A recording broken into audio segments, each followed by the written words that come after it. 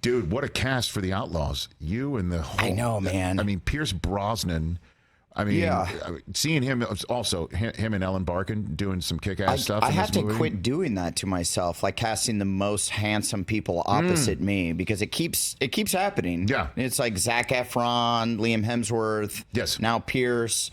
Because I do look like a treasure troll next to him, but yeah, the movie is so fun, man. We put it together. The writers brought me this idea like at the very end of Workaholics, and so it's been like what 6 or 7 years ago now, and that's how long this has been in the works. Well, they pitched me the idea, and I'm like, that's a brilliant idea, and I wrote it down in a notebook, and then immediately lost the notebook, forgot all about it, and then like a few years ago found the notebook again, called the writers up. I was like, have you done anything with this idea? They hadn't.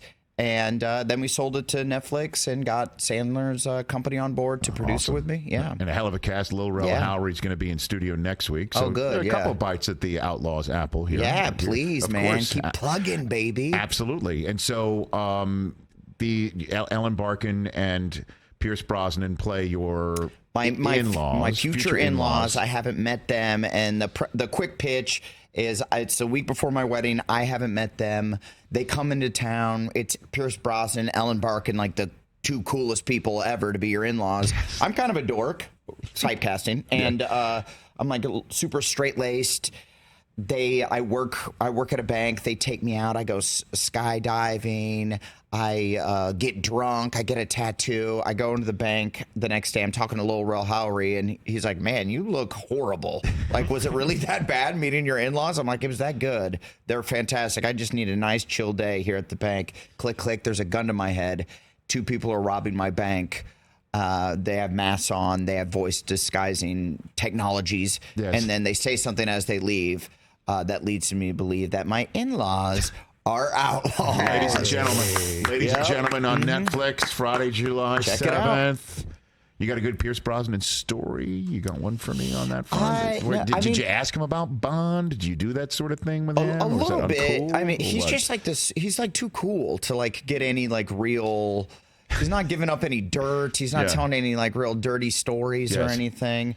I did go to an art show that he had. Yes. Which was pretty cool. He does like some really cool art. It was his first big art show. He was kind enough to invite me. By the way, that is one of the best flexes ever. And I know you're not doing that. I asked. I didn't buy anything. I can't afford anything that he's selling. Pierce Brosnan invites me to his art show. Yeah. And I show up and there's like, I was like, oh, we obviously run in different circles, because there was like legitimately a man wearing a monocle.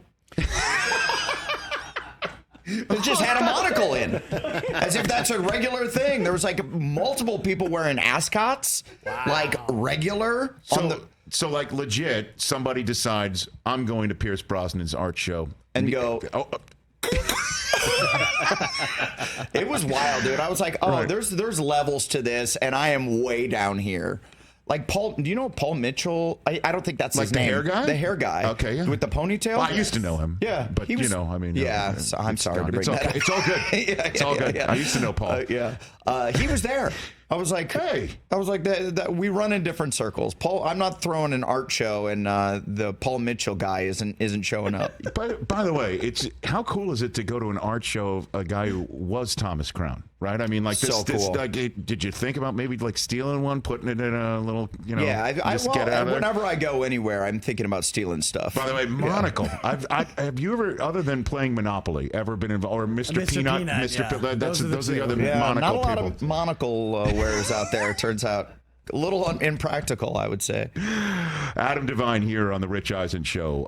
Again, The Outlaws available for streaming on Netflix on Friday, July 11th. The Righteous Gemstones back in the mix, brother. Yeah, that's right. We just started back up. So funny. Thanks, man. Yeah, that's a good one. Gosh. Mm-hmm. Do you ever read it or get a script and go, how the hell is this going to play out, or anything like that? Because it's so I trust Danny and those guys so much, and they do such a good job of like where it's like It absolutely insane, and you're like, this is a lot of male penis in this. Are we gonna be able to do this? And then, but he always pulls it off. So he's got a good touch. All right, you got a good Danny McBride story for me that you can share? None that I can tell here. Seriously, they told really? me I can't. It's live. Off. It's off where it's off limits. Yeah, I would think so. So he's like that, is what you're saying. He's the best, man. He's like, when before we created Workaholics. Andres came over to our house and we were writing stuff, and he gave us the DVD to Foot Fist Way, which was Danny's first movie that sort of broke him in the business. Yeah.